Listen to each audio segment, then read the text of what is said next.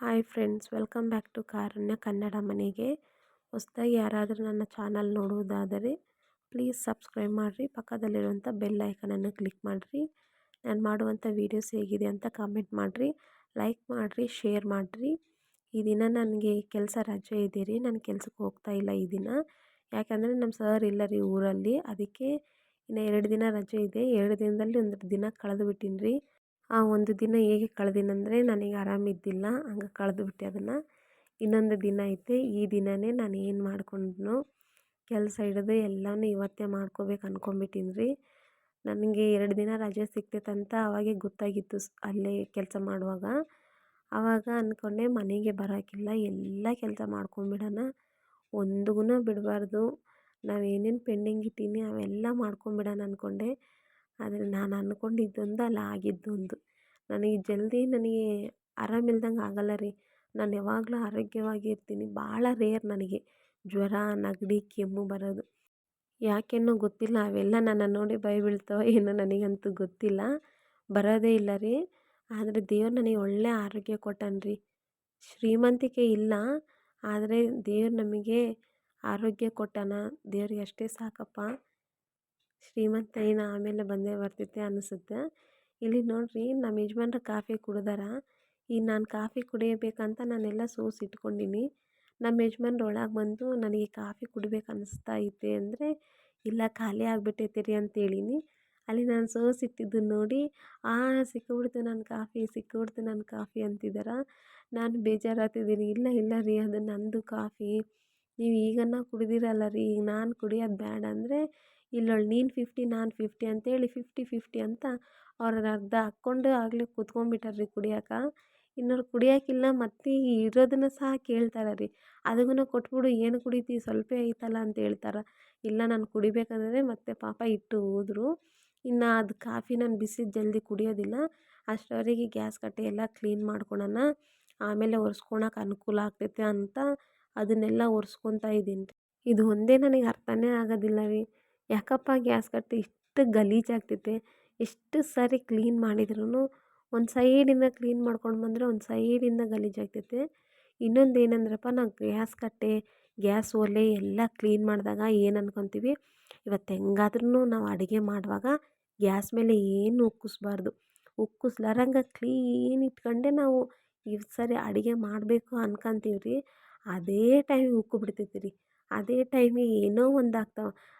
ನಾವು ಅಂದ್ಕೊಂಡಿದ್ದೆ ಹಾಗೇ ಇಲ್ಲಲ್ಲ ಅಂತ ಬೇಜಾರು ಬರ್ತೈತೆ ರೀ. ಇನ್ನೊಂದು ಏನಂದರೆ ರೀ, ಗ್ಯಾಸ್ ಕಟ್ಟೆ ಕ್ಲೀನ್ ಇದ್ದರೆ ಮನೆಯಲ್ಲಿ ನಮಗೆ ಅಡುಗೆ ಮಾಡೋಕೆ ಮನಸ್ಸು ಬರ್ತೈತೆ ರೀ. ಅಲ್ಲಿ ಅಡುಗೆ ಮನೆ ಕಡೆ ಹೋಗೋಕೆ ಸ್ವಲ್ಪ ಮನಸ್ಸು ಬರ್ತೈತೆ. ಗ್ಯಾಸ್ ಕಟ್ಟೆ ಗಲೀಜಿದ್ರೆ ಅಲ್ಲಿಗೆ ಹೋಗೋಕ್ಕೆ ಮನಸ್ಸಾಗೋದಿಲ್ಲ ರೀ. ನಾವು ಎಷ್ಟೇ ಪ್ರಯತ್ನ ಪಟ್ಟರೂ ಅಲ್ಲಿಗೆ ಹೋಗೋದಿಲ್ಲ. ಒಂದು ವೇಳೆ ನಾವು ಅಲ್ಲಿ ಹೋಗಿವಿ ಗ್ಯಾಸ್ ಕಟ್ಟೆ ತಗೊಂಡ್ರೂ ನಾವು ಏನು ಅಂದ್ಕೊಂಡಿರ್ತೀವಿ ಆ ಅಡುಗೆ ಅಲ್ಲಿ ಹೋಗಿ ಮಾಡೋದಿಲ್ಲ. ಏನಪ್ಪ ಯಾವಾಗಿಂದ ಮತ್ತೆ ಅಲ್ಲಿಂದ ಇತ್ತಾಗ ಬರ್ತೀವಿ ಅಂತ ಅನ್ಕೊತಾ ಇರ್ತೀವಿ ರೀ. ನನ್ನ ಕಾಫಿ ತಣ್ಣಗಾಯ್ತು ರೀ. ತಣ್ಣಗಾಯ್ತು ಕಾಫಿ ಕುಡಿದೆ. ನಮ್ಮ ಮಗಳು ಸ್ವೆಟ್ರ್ ಬಿಚ್ಚಂದ್ಲು, ಅದನ್ನು ಸಹ ಬಿಚ್ಚಿ ನಾವು ಬಿಸಿಲಿಗೆ ಹಾಕಿದ್ದೀನಿ. ನಮ್ಮ ಯಜಮಾನ್ರಿಗೆ ಅಲ್ಲೇ ಫಾರ್ಮಲ್ಲಿ ಕೆಲಸ ಮಾಡುವಾಗ ಏನೋ ಪಕ್ಕೆ ಇಟ್ಕೊಂಡ್ಬಿಡ್ತಂತೆ. ಅದಕ್ಕೆ ಇನ್ನು ಅವರು ರೆಸ್ಟ್ ಮಾಡ್ತಾಯಿದ್ದಾರೆ. ಇನ್ನು ನಾನೆಲ್ಲ ಮುಸುರೆ ಎಲ್ಲ ಹೊರಗಡೆ ಇಟ್ಕೊಂಡು ಪೈಪ್ ಹಾಕ್ಕೊತಿದ್ದೀನಿ ರೀ. ಬಟ್ಟೆ ಜಾಸ್ತಿ ಆಗಿಬಿಟ್ಟವ್ರಿ. ಒಂದು 4-5 ದಿನದಿಂದ ನಾನು ಬಟ್ಟೆನೇ ಒಗ್ದೇ ಇಲ್ಲ. ಆ ಬಟ್ಟೆ ಎಲ್ಲ ಜಾಸ್ತಿ ಆಗ್ಬಿಟ್ಟವು. ಆ ಬಟ್ಟೆ ನೋಡ್ದಂಗೆಲ್ಲ ಯಮ್ಮ ಇವತ್ತು ಒಗಿತೀನ ಏನು, ಇವತ್ತು ಒಂದಿನ ಎಲ್ಲ ನಾನು ಅದನ್ನೇ ಮಾಡ್ಕೊಂಡು ಕುತ್ಕೊತೀನ ಅಂತ ಅನಿಸ್ಬಿಟ್ಟಿದೆ. ಅಷ್ಟೊಂದು ಬಟ್ಟೆ ಇದ್ದಾವೆ. ಇನ್ನು ಏನು ಮಾಡೋಕ್ಕಾಗಲ್ಲ. ಆ ಬಟ್ಟೆ ನೋಡ್ಕೊಂಡು ಕುಂತ್ರೆ ಇನ್ನೂ ಅದಕ್ಕಿಂತ ಜಾಸ್ತಿನೇ ಬಟ್ಟೆ ಆಗ್ತಾ ಹೊರತಾಗಿ ಅವು ಕಡಿಮೆ ಆಗೋದಿಲ್ಲ. ಇನ್ನು ಹಂಗಂತೇಳಿ ನಾವು ವಾಷಿಂಗ್ ಮಿಷಿನ್ಗೆ ಹಾಕಿದ್ದೀನಿ ರೀ. ಇನ್ನು ನಾನು ದಿನ ಕೆಲ್ಸಕ್ಕೆ ಹಾಕ್ಕೊಂಡು ಹೋಗೋವು ಅಷ್ಟೇನು ಗಲೀಜಿರೋದಿಲ್ಲ. ಅದಕ್ಕೆ ಅವನ್ನ ಬಕೆಟಲ್ಲಿ ನೆನೆ ಹಾಕ್ಕೊಂಡು ನಾನು ಆಮೇಲೆ ಒಕ್ಕೊಳ್ಳೋಣ ಅಂತ ಅನ್ಕೊತಾ ಇದ್ದೀನಿ. ನಮ್ಮ ಮಗಳು ನೋಡಿದ್ರೆ ನಾನು ಕೆಲಸ ಮಾಡ್ಕೊಳುವಾಗ ಅಡ್ಡ ಅಡ್ಡ ಅಡ್ಡ ಅಡ್ಡ ಬರ್ತಾಳೆ ರೀ. ಹೇಳಿದ ಮಾತೇ ಕೇಳೋದಿಲ್ಲ. ಏನು ಮಾಡ್ಬೇಕು ರೀ, ಮಕ್ಕಳಿದ್ದವ್ರನ್ನ ಹಂಗೆ ನಿಭಾಯಿಸ್ಕೊಂಡು ಮಾಡ್ಕೋಬೇಕು ಅನ್ನಿಸ್ತೈತೆ. ಅವ್ರನ್ನ ಹೊಡೆದ್ರೂ ನಮಗೆ ಬಾಧೆ ಆಗ್ತೈತೆ, ಅವ್ರನ್ನ ಬೈದ್ರೂ ನಮಗೆ ಬಾಧೆ ಆಗ್ತೈತೆ. ಅದಕ್ಕೆ ಅವ್ರಿಗೆ ಏನು ಹೇಳಾರಂಗೆ ಇರೋದೇ ಮೇಲು ಅನ್ನಿಸ್ತೈತೆ. ಇಲ್ಲಿ ನೋಡಿರಿ, ನಾನು ಹೇಳ್ತಿದ್ದೀನಿ, ನನ್ನ ದೊಡ್ಡ ಮಗಳು ಸತಾಯಿಸ್ತಾ ಇದ್ದಾಳೆ ಈಗ. ಈಗ ಎಲ್ಲ ಆಯ್ತು ರೀ. ನಮ್ಮ ಯಜಮಾನ್ರಿಗೆ ಹೊಟ್ಟೆ ಹಶ್ವಾಗ್ಬಿಟ್ಟೈತಂತೆ. ಮಲ್ಕೊಂಡಿದ್ರು. ಇನ್ನು ಹಂಗೆ ಮಲ್ಕೊಂಡ್ಬಿಡ್ತಾರೆ ಅಂತೇಳಿ ಮತ್ತೆ ಎಬ್ಬಿಸಿದೆ. ಅವ್ರನ್ನೂ ಇಲ್ಲ ನನಗೂ ಹೊಟ್ಟೆ ಹಶ್ವಾಗ್ತೈತೆ, ಬಾ ಊಟ ಮಾಡೋಣ ಅಂತ ಕರೆದ್ರು. ಇನ್ನು ಕುತ್ಕೊತಾ ಇದ್ದೀವಿ. ನಮ್ಮ ಸಣ್ಣ ಮಗಳು ನೋಡ್ರಿ, ನಮ್ಮ ಸಣ್ಣ ಮಗಳಿಗೆ ಅವ್ರ ಅಪ್ಪಾಜಿ ಇದ್ದರೆ ಖುಷಿ ರೀ. ಎಲ್ಲಿಲ್ಲದಂಥ ಖುಷಿ.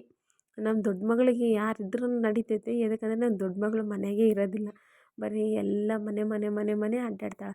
ನಮ್ಮ ಸಣ್ಣ ಮಗಳಾದರೆ ನಮ್ಮನ್ನು ಬಿಟ್ಟೇ ಇರೋದಿಲ್ಲ. ಇನ್ನೊಂದು ಏನಂದ್ರೆ ಅವ್ರ ಅಪ್ಪಾಜಿ ಇದ್ದಾರೆ ಅಂದರೆ ಇನ್ನು ಅವ್ರ ಅಪ್ಪಾಜಿನ ಬಿಟ್ಟೇ ಇರೋದಿಲ್ಲ. ಅವ್ರ ಅಪ್ಪಾಜಿ ಅಸಲು ಒಂದೇಟು ಹೊಡೆಯಲ್ಲ, ಮಗಳನ್ನ ಬೈಯೋದಿಲ್ಲ, ಮಗಳು ಮಾಡಿದ್ದೇ ಕರೆಕ್ಟ್ ಅಂತಾರೆ. ಮಗಳನ್ನ ನಾನು ಏನಾನ ಹೊಡ್ಯಕ್ಕೆ ಹೋದರೆ ಸಣ್ಣ ಹುಡುಗಿ ಎದಕ್ಕೆ ಹೊಡ್ಯಕ್ಕೆ ಹೋಗ್ತೀಯ ಅಂತ ಹೇಳ್ತಾರೆ.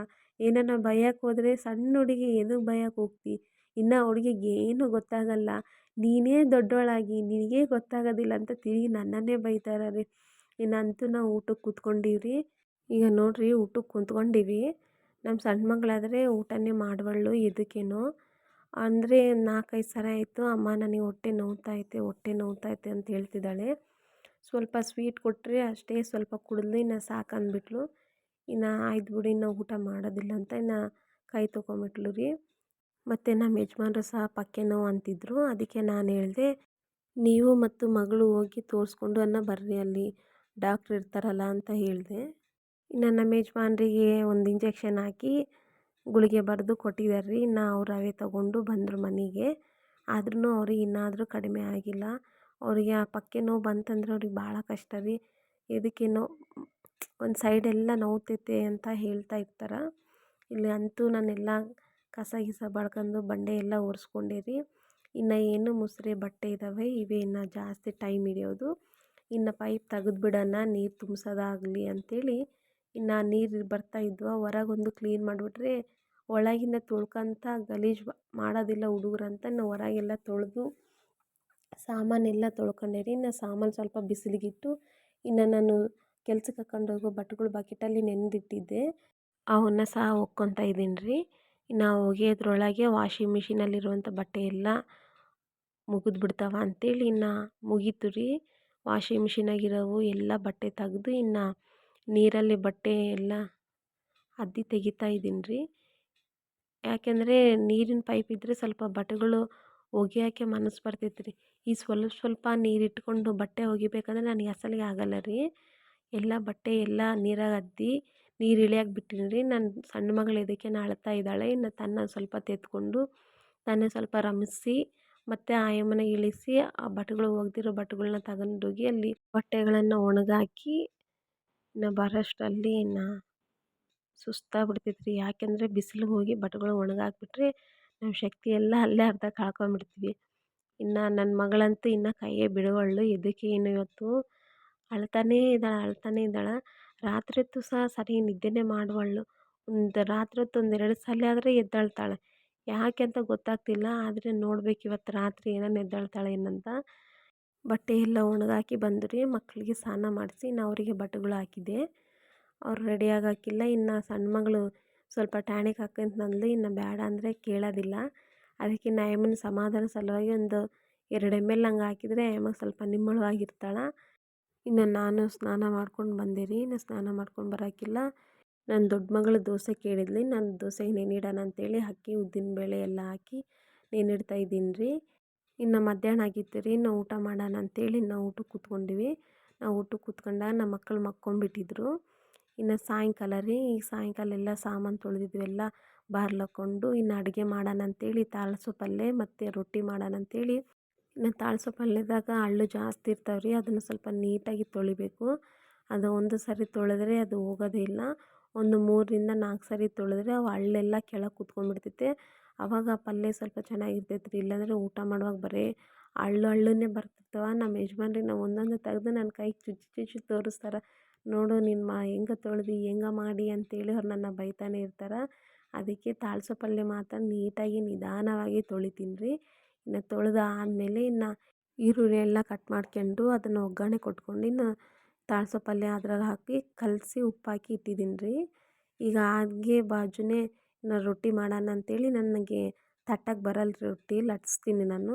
ನೀರು ಬಿಸಿ ಮಾಡಿಕೊಂಡು ರೊಟ್ಟಿ ಎಲ್ಲ ಹಿಟ್ಟು ಕಲಿಸ್ಕೊಂಡು ರೊಟ್ಟಿ ಮಾಡೋಕ್ಕೆ ಸ್ಟಾರ್ಟ್ ಮಾಡಿದ್ದೀನಿ ರೀ. ಈ ರೊಟ್ಟಿ ಮುಗಿಯೋಷ್ಟರಲ್ಲಿ ನನ್ನ ಮಕ್ಕಳು ಊಟ ಮನ್ಯಾಗ ಮಾಡಲ್ಲ ಅಂತ ಅಂದ್ರು ರೀ. ನಾನು ರೊಟ್ಟಿ ಆದರೆ ತಿನ್ನಲ್ಲ ಅಂತ ಇಬ್ಬರು ಹೇಳ್ಬಿಟ್ಟಿದ್ರು.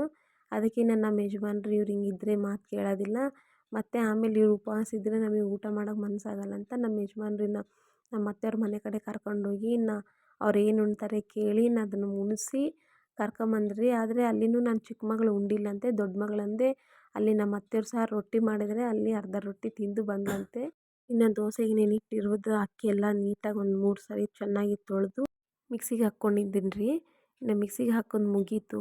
ಇನ್ನೆಲ್ಲ ಕೆಲಸ ಮುಗೀತು. ಇನ್ನು ಫಸ್ಟ್ ಎಲ್ಲ ಕೆಲಸ ಮುಗಿಯೋಕ್ಕೆಲ್ಲ ಒಂದು ಗ್ಲಾಸ್ ನೀರು ಕುಡಿತೀನಿ ರೀ.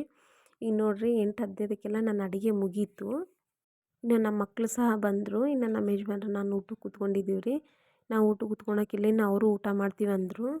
ಇನ್ನು ಅವ್ರಿನ್ನೂ ಹಾಕ್ಕೊಟ್ಟು ನಾವು ಊಟಕ್ಕೆ ಕೂತ್ಕೊಂಡಿದ್ರಿ. ಇದೇ ನೋಡಿರಿ ನಂದು ಬೆಳಗ್ಗೆಯಿಂದ ರಾತ್ರಿವರೆಗೆ ಇದೇ ನಂದು ರೊಟೀನ್ ಕೆಲಸ. ಪ್ಲೀಸ್ ಸಬ್ಸ್ಕ್ರೈಬ್ ಮಾಡಿರಿ ನನ್ನ ಚಾನಲ್ನ.